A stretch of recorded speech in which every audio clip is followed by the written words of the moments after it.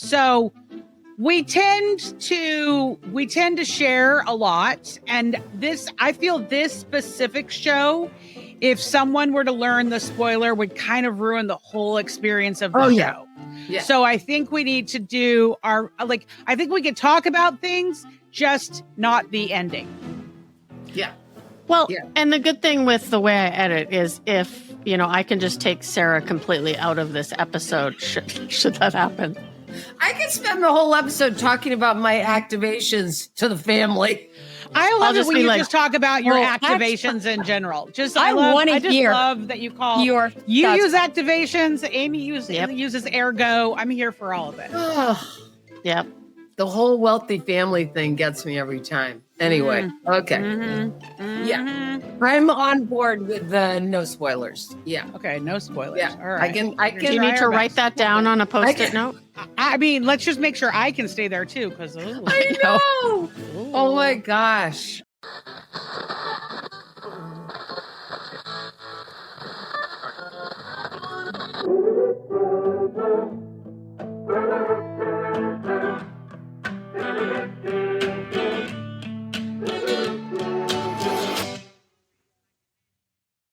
Welcome to the Sober Curator podcast, where sobriety isn't just a lifestyle choice, it's the ultimate life hack.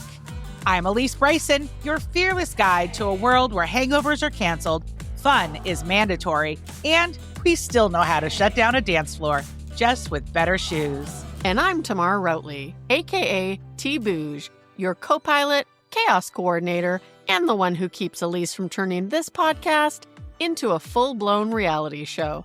Buckle up, sober party people. From lifestyle and travel to pop culture and zero-proof cocktails, we're serving up the stories, trends, and guests that prove sobriety isn't just about what you're missing.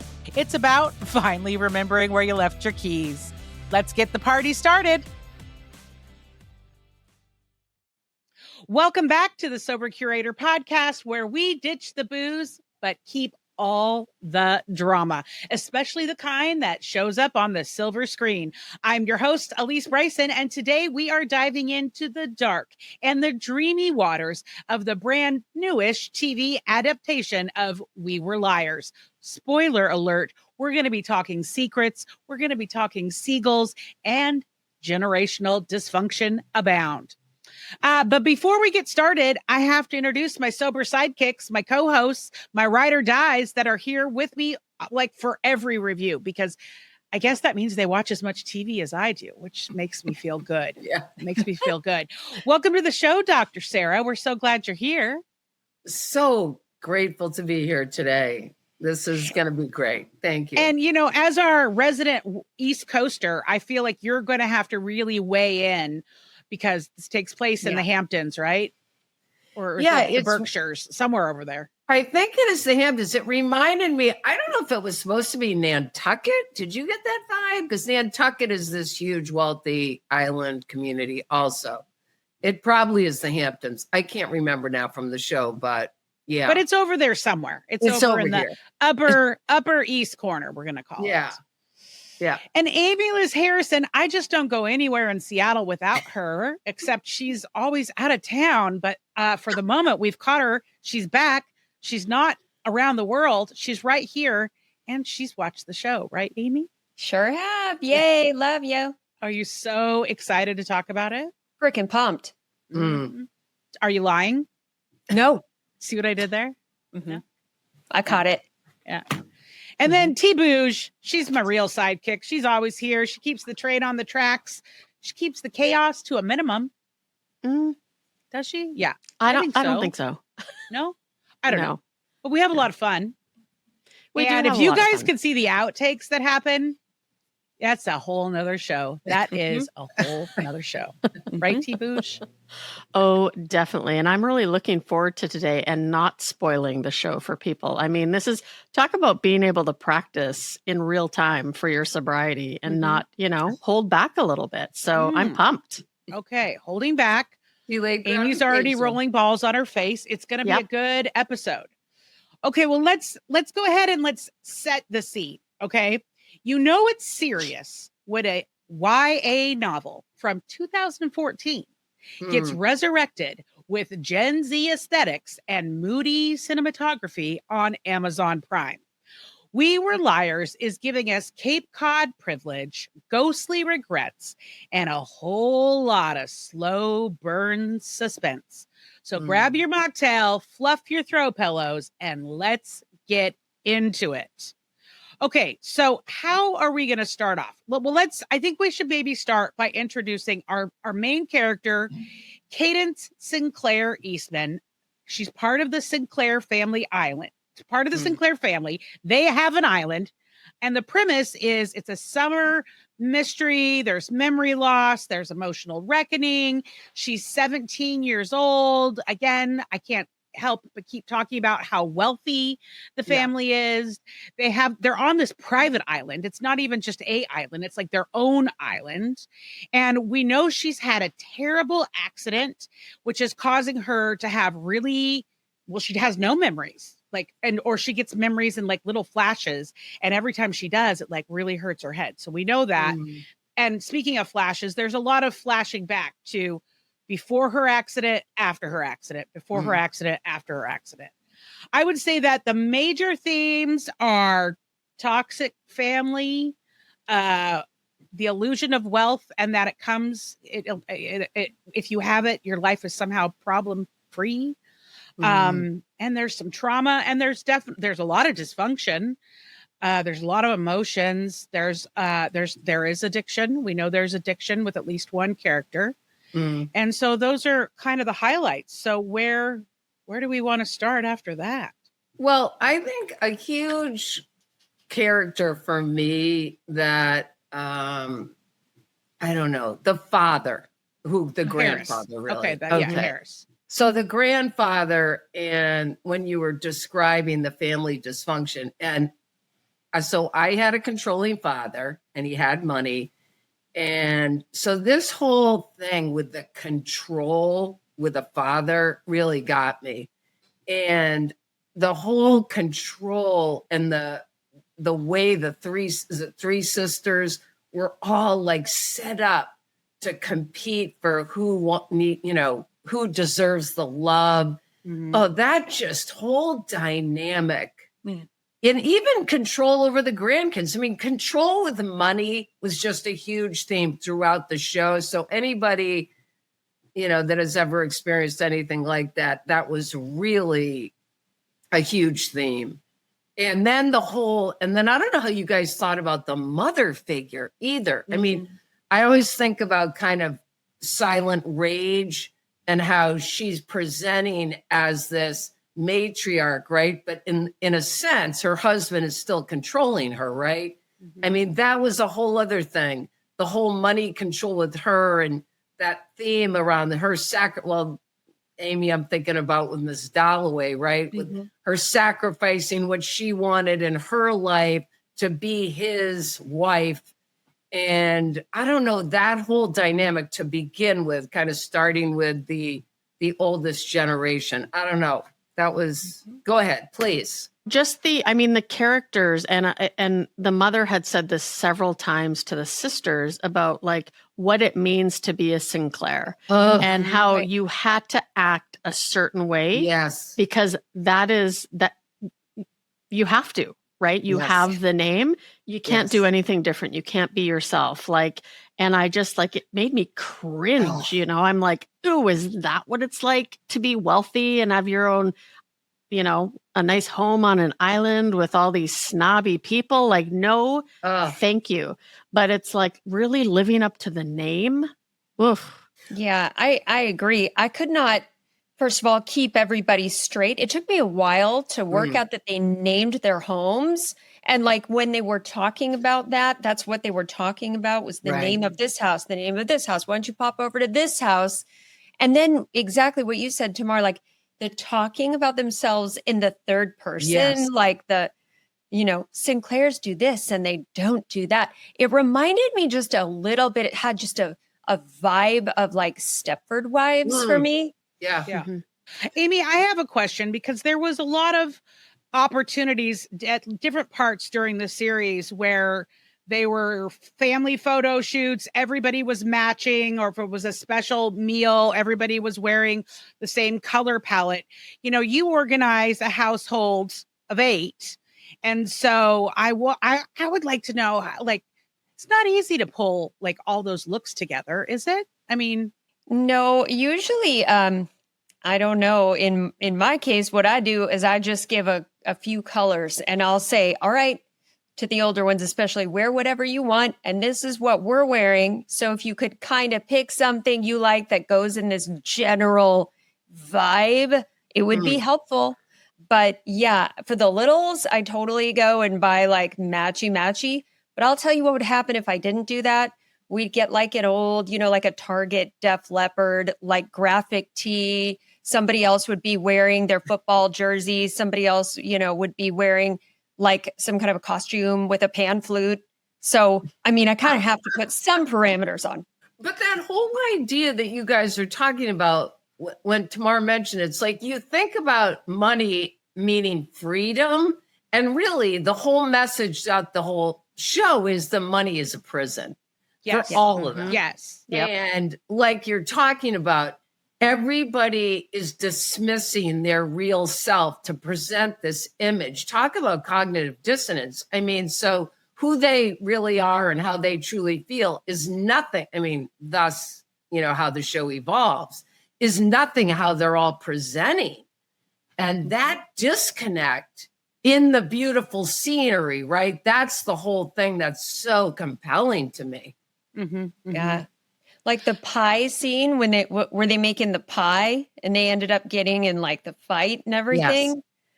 To me, that was like just wild because everyone's like, going through different elements of grief. And then they've got this, competitive spirit rising up. And I just thought that whole thing I don't have sisters. So I thought that whole thing was fascinating. Right.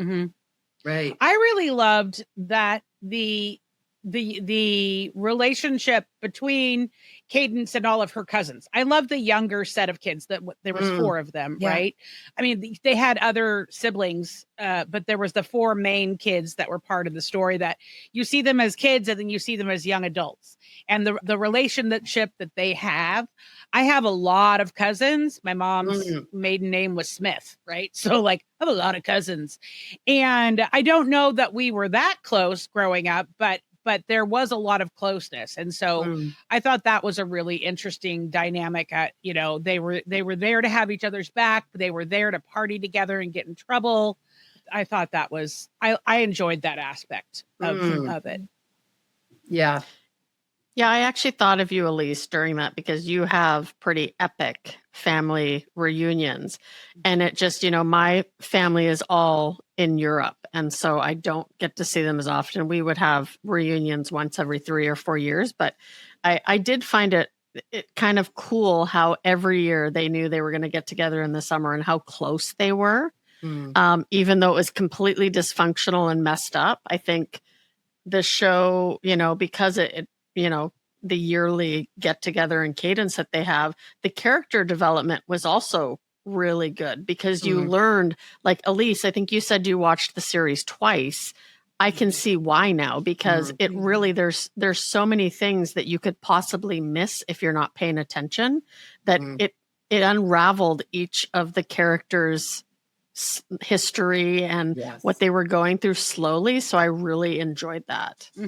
Well, and one character that I particularly loved, she wasn't a main character. It was Carrie Sinclair, one of the sisters who has played real life. It's Mammy Gummer. And I love her. I think she's great. And we know that she's the addict of the 3 of the sisters, right? And she's sober now. We know she's sober now. And she's got I think it was something like 10 years sober. So it was like a chunk of sobriety, not like 10 minutes sober. And there is a scene where she's logging into an AA Zoom meeting, which we've all done. And if I remember correctly, it's not something that was part of her regular schedule, but she's doing it maybe because, she's not in a great place spending all that time on the island with all the family members. And I will say, as someone who does go to big family reunions, yes, I often escape for a meeting here and there. And the frustration she has when like the internet or something goes out and she slams the laptop shut and then you're not sure, she starts to eye her dad Harris's bottle of expensive whiskey or cognac. I'm not even sure what it is. And then you're not sure, did she drink? Did she not drink? Because we all know that anyone's sobriety, it's a fleeting thing. I mean, it could be gone in an instant, premeditated or not. And so her character, the complexities of her character, definitely pulled me in. I wanted to see more of her storyline, particularly. And I feel like, without talking at all, dancing anywhere near the ending at all, I feel like the way that it's set up and the research that I've done, because there's a sequel that's coming out. The book sequel is coming out in November, and there's a prequel that has already come out. I keep meaning to add that to cart on Amazon, and I haven't yet. Well, actually, I'm sure it's in my cart, to be clear, because I have 800,000 things in my cart, but I haven't actually moved it into the buy it. But so I feel like we're going to see more of her potentially, and I really want to. That's what I'm trying to say in the most long-winded way possible. But I really love her character. Well, and the degree, like we're talking about, of sacrifice for what? I mean, without giving, things away. The degrees that people will go to either for money or to stay in this dysfunctional family connection or to not upset a parent. I mean, just amazing. And then I don't know if we're going to do a deep dive into the whole racism aspect of the whole show, that underlying theme throughout the show with her husband and the sister's son. I mean, that was laced throughout. That was huge. That was hard. That was hard to watch. They did a great job, because I was very, very, very uncomfortable. Yes. Yeah. Yes. I think that it also, it's not just about the wealth and the power that comes from the wealth, but correct me if I'm wrong, because it has been a few weeks since I watched it twice, but the wealth came from, it was like implied that they were a huge media family, right? And so with media and being a media owned family, like that's a lot of power. I mean, wealth alone can sometimes give you power, but and then I wondered, is this based on a true story? Then my mind went in a bunch of different directions. I think too that another interesting aspect for me was loneliness. That they are surrounded by all these people and these family members and staff and friends and whatever.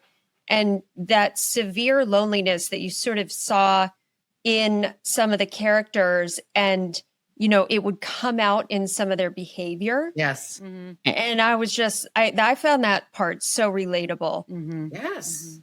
Yeah. I mean, the secrets.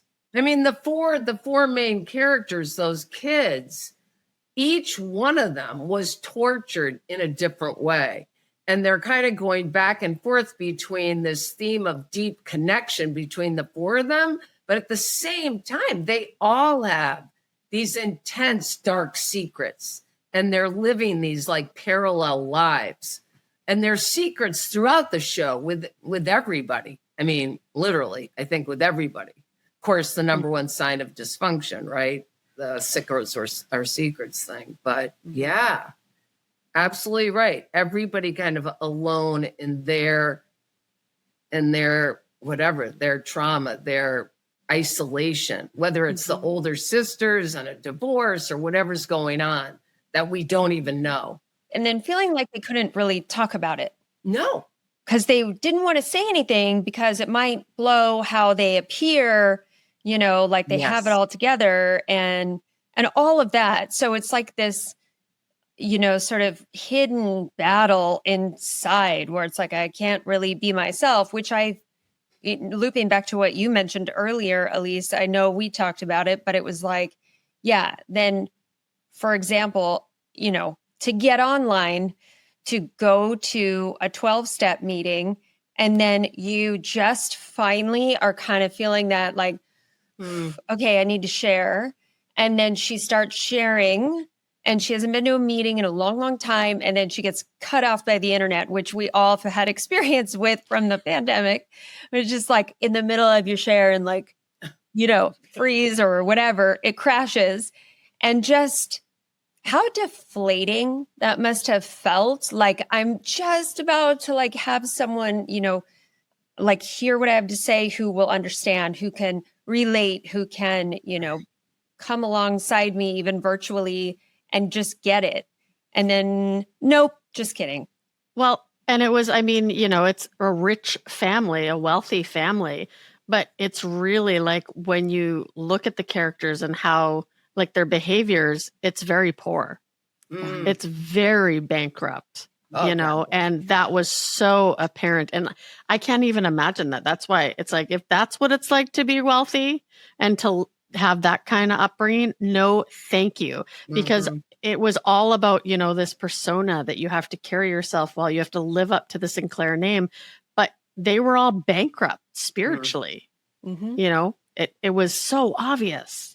And the delusion really of closeness, like what we're all talking about, when you were talking about wanting to get on the meeting, you guys were talking about, everybody was giving her shit about being an addict. It wasn't like people were supportive of one another. You know what I mean? Whether someone's going through a hard divorce or someone's going through addiction or someone's going through something with their child, the rage and the sarcasm and the bitterness and the way they related to each other was so brutal. I mean, I don't know if you guys felt that way. It was just like chronic attacking of the other person because of their own displeasure and unhappiness and discontentment and pain or whatever. I mean, it was just such a great example of externalizing your anger. I mean, well, and not only did they cover up their own secret, the sisters, but they also covered up their children's secrets. Like It was like, don't tell anybody. And it was wild. Yes. It was wild. They were also the sisters were mean to each other. The sisters were mean to their own kids. Yeah. There was the relationship between the girl Marin of the 4 kids' girl cousin, and then her mom, the other sister, Bess. And that there was a scene, again, I don't want to talk about it because we're all trying really hard to work a non-spoiler program here. Yes. As we are learning to do reviews and not ruin it for our listeners. But there was a scene between the two of them that literally broke my heart. Like it broke my heart watching it. I like the devastation that must have been felt if that was a real life scenario. That was just, it was awful. Can I ask the location? Was it in the lighthouse? It was in the lighthouse with a candlestick. Oh, I thought so. Yeah. Mr. Yeah, Mustard. I agree. That scene just like, it made me feel sick to my stomach. You're just like, how can people do this to each other? Right? Yeah. Especially when you portray your life like you have everything. That's it. You have such a magical life. Really? I don't think so. Don't get me started on the fucking parenting. I mean, God. Let's hear a good rant, Sarah. Yeah. Jesus. Well, but though, where does generation play in there? Because I mean, you turn out to be your environment. So imagine what Harris and his wife's parents must have been like, right? Right? Yeah. Because they were definitely boomers, and so like they grew up in a very certain environment, right? Yeah. So like there's that as well. Yes. I also noticed, just because maybe Dr. Sarah, we talked about this in The Better Sister with Jessica Biel's character being so rail thin. The 3 sisters were everybody in the show was actually very thin. And so, and I get it. I'm sure there's lots of families where nobody has a weight problem, but that feels not very realistic to me, quite honestly. No, and the image stuff and the stuff around food all the time and people commenting on what people are eating. I can't remember which sister it was. I think that there's like this implied thing that she had some kind of eating problem, because they're all watching her. I can't remember which one it was. The mom of the main character. Yeah. But you see the control. Yeah. Yeah. And you see the lunch that they had, the special day with the I won't name it types of fruit. But like the layout that they had for that for people who didn't, criticized each other about their eating habits and what they did, to have that kind of a spread, I'm like, look at all that food. Like, that is my kind of table. Yeah. And I think, didn't somebody make a comment like, oh, for people who don't eat or something, this is quite a spread? Yes. Yep. There was something like that. Yeah. Think about the waste. Yes. I mean, hopefully the staff was eating all of it. But. Right. But it's all about just presentation. Everything is about presentation. What our house looks like, what the food looks like, what we look like. But nobody has this choice to be who they want to be. None of the kids did. None of the sisters did. And so much time, it's like, I'm trying not to give anything away, but so much tied to like, are we going to have money? Are we not going to have money? And that dependency, is just, this lack of autonomy that none of them were able to kind of become who they wanted to be. And what's that connected to? Fear of being on my own, or fear of losing the money, or what? I mean, it's hard to know, but yeah. Well, and I think that is where the dad had all the control, right? The grandfather is he openly shared about the financial part of it, right? And you had to be act like a Sinclair. And the mom stuff, it's like, I don't know. I just felt like, I don't know. I did like her pearls. If we want to just take a minute to talk about those pearls, I thought, the black pearls, they were beautiful. They were symbolic of something, right? Yeah. And that's what I was trying to figure out is like, what was it about those pearls? And I think maybe it wasn't the pearls. It was just the concept somebody else had them. Or was caught wearing them. Wasn't it like she would let the different sisters wear the pearls if it was a birthday or something special? And so like that was a thing. But then it's like there's probably some dark story about how she got the pearls. Like he was probably really brutal to her at some point, and that was an apology gift. I don't know. That's what I'm making up in my head. I like maybe that's in the prequel book that I still have to order off Amazon. But that's the whole question, right? What is the dynamic between those two? Like there were these hints of like, is he treating her poorly? I mean, I don't know. Did you ever feel like you understood what was happening there? That was a mystery. I might watch it again too. Yeah. I'm curious. Did you guys watch it in one sitting, the whole thing over 2 days? Did you drip it out over a week? What was your consumption on this show? I did it in 3 days, and it was jamming it every time I had some free time, trying to get through the episodes, because it is one of those shows where it ends and you're like, I have to watch the next one. Almost like I have this pain in my heart when I had to go to bed and I just was too tired to watch another episode. Yeah. But then on the flip side, there was also that excitement when I woke up the next day and knew that I could watch another episode. So the depression now has set in since it's over. That's a little hard to manage. Yeah. Amy, what about you? So I watched it over a few days, and I watched it while I was doing a project, and I had to like keep going, wait a minute, wait, what? Like I could hear it because I'd walk away from my phone at some points, and then I'd be like, no, I gotta like sit down and watch this because I need to like back it up, see and hear what happened. And that was important for me at various times. But yeah, that was my experience with it. Dr. Sarah? Yeah, I same, probably in a few days, like 3 days, just back to back when I had free time.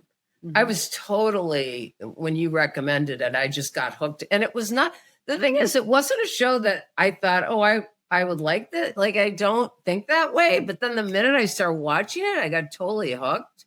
And it is for the audience. I mean, it is a mystery throughout the whole show. It's very compelling and you're pulled into the mystery. Very well done. Yep. Yeah. I pride myself as someone who can figure out what's going to happen before it happens. Like, Got it.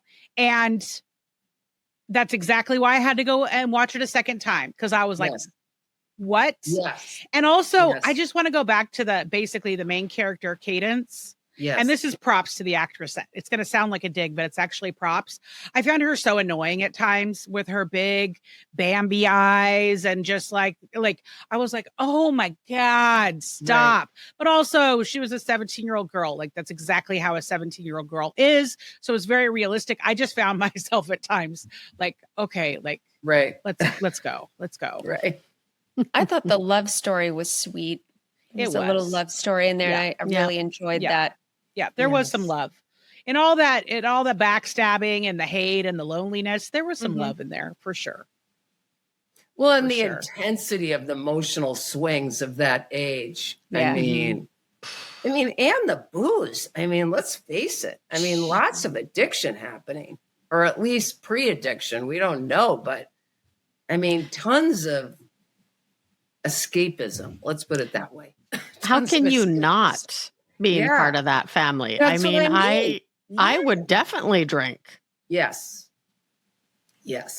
Absolutely. I think it was interesting as well with the flashbacks to when the teenagers were children, like they were 8 or 9, right? Basically, all those flashbacks were very happy flashbacks, as far as I can remember.